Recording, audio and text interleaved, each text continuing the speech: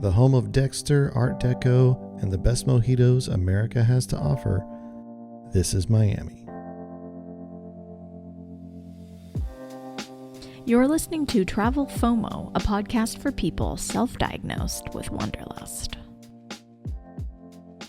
Welcome to the Travel FOMO podcast. My name is Jamin Hilarie, and I am here with the lover of all things Cuba, Hilarie. That's right. Oh my goodness. And heading to Miami was just like the most fun. Love, love, love the color and the vibes that we're about to talk about today. I do feel like for places in the U.S., Miami is probably the closest to your like personality, like encompassing city that it can get. That's you probably like the true. bright sunshine, all the colors, the Art Deco, the ocean. Yeah. Like all like the vegetation, everything's really green. Oh yeah, that's true. Fresh fruit. Oh my gosh. All the things. It is all the things. I love it. Cuban and the architecture. Coffee. Oh my goodness, you're right. I love it all. Oh man, I'm even more excited now. Tell us about Miami, Jamin. Well, we made our way down to Miami. This is our East of the Airstream season, and we've been to some really great places. Too many to mention here. You'll want to go back and check them out if you haven't already. But we made it to Miami, and I do feel like it was just another like turn of being very different. Mm-hmm. Like we were in the Northeast for a while, and all of that is unique to itself, but a lot the same. Yeah.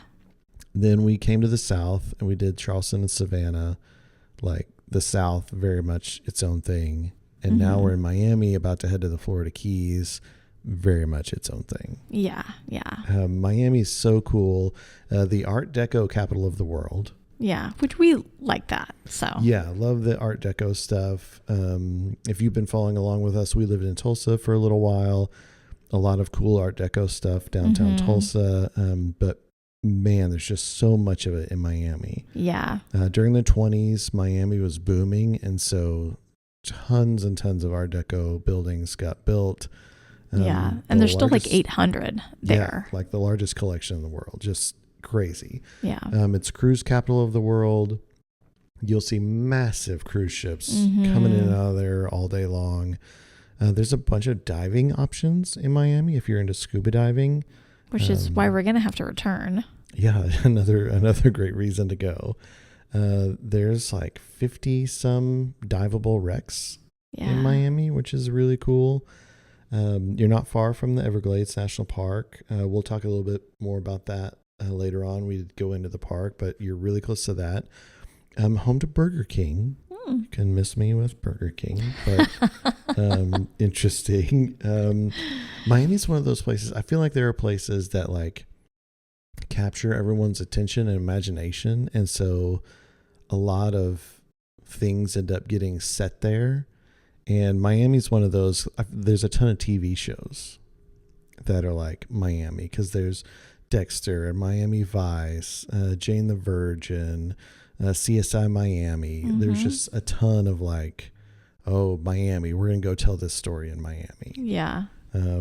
Which is, it's just fun. It's the only major city in the United States founded by a woman. I like that. Julia Tuttle, she was a citrus grower and a wealthy person from Cleveland. That's interesting, yeah. huh? And she helped found the city of Miami. She was like, to heck with that. I'm going where it's green. Yeah. Or I'm going where it's warm and, Right. Yeah. I'm getting out of Cleveland. Lake effect snow is for the birds. I'm going to go sit on the beach.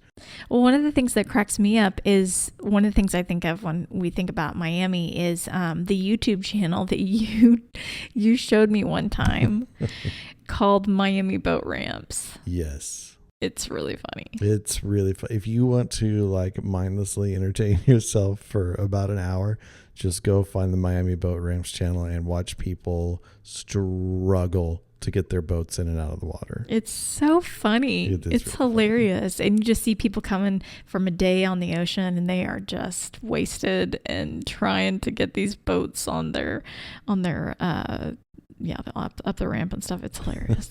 And if you which we were hauling an RV at the time, if you are having to haul a trailer a lot, it'll make you feel better about your backing skills. Yeah. Just to watch people back those boats. Yeah, it's pretty funny. It's worth a look. It's worth a look. And then while you're out there on YouTube, you can follow us, the Travel FOMO podcast. Yes. Yeah, there will be a companion video to go along with this. So you get to visually see a lot of the stuff we're talking about. So go check that out too. Yes. We don't live like everybody does when they're in Miami. I know a lot of people, they show up with their bling and their yachts, and that is not how we did Miami. No. Although you certainly can. We stayed in an RV park because we were traveling with our Airstream. And so we stayed at the Miami Everglades Resort, and it was also not convenient, but it was really nice. It was a great place to stay. Yes. But it was on the outskirts. We were budget friendly, so we weren't looking to stay at the most expensive parks that I guess there probably were some a little closer, but there are some, but probably I feel like down there in Florida, stuff gets really expensive really fast and also gets really restrictive really fast. So if you don't have a brand new RV, and in some instances, if you don't have a motor coach, and your trailers are out, it has to be like a Class A or something like that. So with those restrictions in mind and expense, it did drive us a little outside the city. Yeah. So we were kind of more out there where there were literal fields where they were growing fruit. And there was actually this really nice walking trail around our park, which we liked. Yeah, it was great. We take Maggie on little runs and super lush grass, which if you want to know what a bougie dog is like, it's our dog because she loves lush grass. Right. You could tell there's just a difference where she's like, oh, good. Oh, thank you. And so she loved it there. We were right next to a farm, and there were farm animals on the other side of the fence. And so whenever we would take her on walks, we'd walk past like horses and lambs and chicken. And there was this giant turkey that we would walk past, and she just looked at it and just did not know what to think about that turkey. It was almost bigger than she was. It was huge. She was very concerned that there was this massive bird there that we were all in danger. Yeah. I don't know if she worried more about that turkey or if you worried more about alligators during this part of the trip. Well, okay. So one of the things that I think is really cool about being out there too is that we were near this crazy fruit stand that it's really kind of hard to find, but we found it on a blog. It's not as easily to it's not like it's got a website or Instagram or anything like that, but it's called Robert is Here fruit stand. Robert is Here. So if you ever wonder where Robert is, he's the guy with the good smoothies, and his fruit stand is here.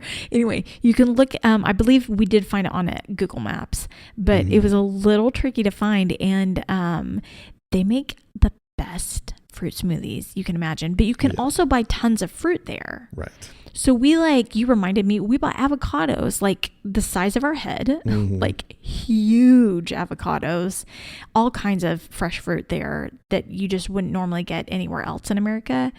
And the fruit smoothies, what they're really well known for is a passion fruit smoothie. Yeah. And it was delicious. That's what I got. I think you got like a mango one. Definitely worth a stop, and worth kind of especially if you're going to make your way out to the Everglades, it can be on your way. Right. Yeah. So. And worth seeking out for sure. Yes. I thought fruit stand, and I pictured someone with a truck on the side of the road, selling some watermelons. I think that's what comes to mind when I think of fruit stand. But this is a building that's there all the time. Yeah. You walk through, tons of produce. Like you said, they've got a section that sells sandwiches and the milkshakes and smoothies and all that. So out of this world for what you think of. And like you said, you're not finding it on Yelp. There's no website. none of that. Like, yeah, just Robert is here. At least at the time. Maybe they've stepped up a notch. But they didn't need it. I mean, there's a ton of people there. Oh, no. There was a line. Do you also remember there was this guy standing there barefoot ordering himself a smoothie and his feet are just like black on the bottom? Yeah. And we're like out in the country. Like, and what I mean by that is it's still very much a part of the Miami, maybe metroplex a little bit, like the suburbs, but it feels like the country because you've got these square miles of like actual farms. Right. Yeah. And I'm like, how did you get here barefoot? Man, like you're like walking on the road. Do you just drive without your shoes on? But maybe that's the Miami vibes. It might be the way. I think that might be like that guy's life. I wouldn't be surprised if he didn't drive there in a Range Rover and just get out barefoot. Florida people got it good because they can just like be super casual all the time. Yeah, because it's always just like swimsuit season. That's true. Because we were there late October. And it was definitely swimsuit season. Yeah. It was. There were people on the beach. Yeah. When we went in, like we went into actual Miami Beach for a day to check it out. People on the beach swimming.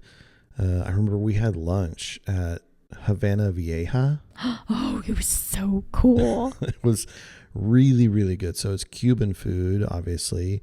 They're known for their mojitos. We had mojitos, and they have this like just crazy way of decorating with all these like flowers and everything, all that kind of stuff. You'll definitely want to go check out the YouTube video to see like some footage of us eating lunch there.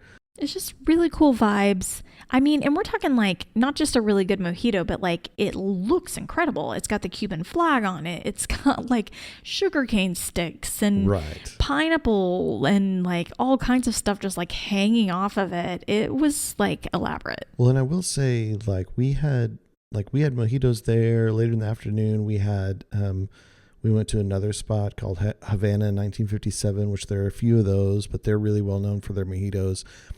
And it's definitely different than like a mojito you get at just a regular bar with that much of the fresh ingredients, and it's just totally different. Yeah. And if you're just kind of like, mojitos, I don't know, try them there. And I think you'll really like it. And if you're a person that likes mojitos, definitely try them there. They'll be really, really good. But we got to do that. We explored Ocean Drive. Yeah, that was kind of the highlight too. Yeah. Really kind of why we had come down there was to see that. It's kind of like exactly what you think of. When you think of Miami, you think of Ocean Drive. Whether you know it or not, you think of this place with these bright colored Art Deco buildings and then the ocean like right across the street. Yeah, and people hanging out all times of the day. Miami is such a unique place because it is this city, like a big, legit city that's right on the water. And these huge, tall buildings right on the water, right on the beach. We went to the Art Deco Museum there. They have a little museum. And we actually took a self-guided Art Deco walking tour. We're able to like walk around and see a bunch of like the really significant Art Deco buildings. It's sort of the best examples of them all there in South Beach, which was really cool. I would have preferred taking an actual tour with a guide to tell us a little more, but that was still cool. And you bought some Cuban cigars while we were there on Ocean Drive, which was fun. Yeah, we bought some Cuban cigars. Like there was a stand there, and we had ice cream at Icy and Spicy. It was probably more Instagrammable than super great ice cream. The ice cream was good. It was good, but I think in the video I say something to the effect of that their strawberry ice cream is the best ice cream I've ever had. The best strawberry I've ever had. Yeah. That's a pretty big statement. That is a big statement. Do you think that maybe you had like Instagram, like there was like residual Instagram vibes coursing through your body at that point? So I was like, it was so pretty. This must taste amazing. Yeah. very likely, very possible anyway. Because also I've said that my favorite ice cream is the sea salt ice cream at a place in Ireland, in Dublin. Murphy's. At Murphy's, in Dublin. So. But this did have like fresh strawberries in it, and it's a big mover for you. I do. I like some super fresh strawberries in my strawberry flavor stuff. Well, then we went, after we kind of did that whole, like, the South Beach thing, we went to the Lincoln Road Mall, which is still there in the South Beach area, but just sort of outdoor shopping, a really cool spot. That's where we went to and had more mojitos at Havana 1957, but all kinds of shopping and stuff like there. It's fun to just sort of go to like a mall kind of area in places where you've never been and just kind of people watch a little bit and see what people are like and what they're wearing and what they're doing. Mm-hmm. That kind of stuff. In Miami, they don't wear much. Yeah. Disclaimer. And apparently they run while lifting weights everywhere they go because everyone's in great shape. Everyone is in incredible shape. That's so true. Yeah. But I mean, if the trend is not to wear hardly anything, if you're always in a swimsuit, man, it'd be like, you'd be thinking about how you look all the time. Yeah. Not a lot of icy and spicy in your life. Yeah. That business survives solely on like tourists like us. Yeah. That's hilarious. I do though remember like the traffic in Miami was like rough. It was a beating. I think it took us like 3 hours to get back to our RV park when we left. And it was like, that was just exhausting. It was like rush hour. I don't recommend exploring Miami via RV. Yes, good point. We've talked a lot about we would come back and stay on Miami Beach. Yeah, I would definitely go back to Miami to visit for sure. It's one of the places that I, want to go back to right away. I would just stay in town, like stay right where I want to be. That way you don't have to drive. Traffic doesn't bother you because you're just on the beach. Yeah. But something that is relatively close to Miami is the Everglades National Park. And since we were traveling by RV and we were doing a lot of national parks, it kind of made a lot of sense for us to check it out. Yeah. And ironically, it is huge. It's massive. Yeah. Really it's so big. Crazy because I feel like all of these national parks are overwhelmingly big. But this one is like the largest wilderness east of the Mississippi. So think about that. Would include like the Appalachian Mountains, the Smoky Mountains, like all that, right? Yeah. Mm-hmm. That's crazy. I mean, it's big. It is the largest tropical wilderness in all of the U.S. It is also a UNESCO World Heritage Site, meaning that it is very important to our world's heritage and they're protecting it, which I think is awesome. And it is 1.5 million acres. That's insane. That's a lot. I wonder what's the most comparable in size. I don't know. That's a good question. Google that. No. Fact check that. No, I think anyway that it's huge. And to think of it, it's 1.5 million acres and a third of that is water. Yeah, there's a lot of ways to explore it. One of those being boats. And so some people kayak, some people take like boat tours and like airboats and things like that. So there's a lot of ways if you're into that. We didn't get to do any of the boating, but that's a big way to explore a lot of the park. And I think it's the only place where alligators and crocodiles exist together in the wild. That's crazy. In the whole world. Yeah. Yeah. That's crazy.